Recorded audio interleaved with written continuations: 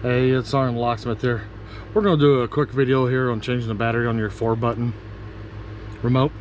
For this task here, you will need a flat tip screwdriver. If your key ring is attached to this, no worries.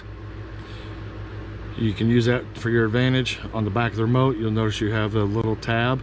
That is to release your emergency key.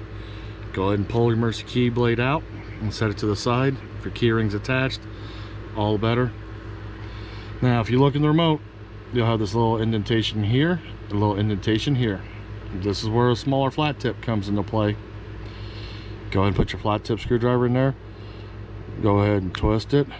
Come over to the other and go and twist here, because all you want to do is unsnap on the other side.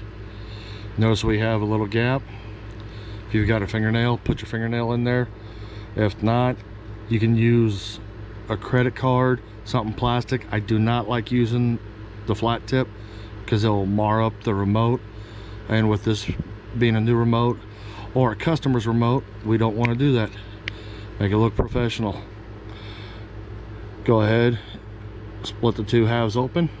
Notice the battery's right here. You have a little indentation on the top of it. That's where you want to put your little flat tip under there. And when you put it under there, just lift up with the corner and the battery comes out. This little metal tab, make sure it stays in. Sometimes they do slide around. This calls for a CR2032 battery. We're using new remotes for these demos, so we'll turn around and replace the same battery with what we took out.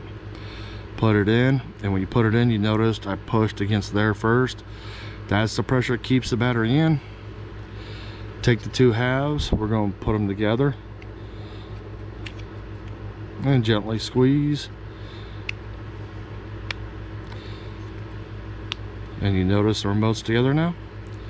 Go and put your emergency key back in. And there you go. You've just changed your battery. Thanks again for watching SgtLocksmith.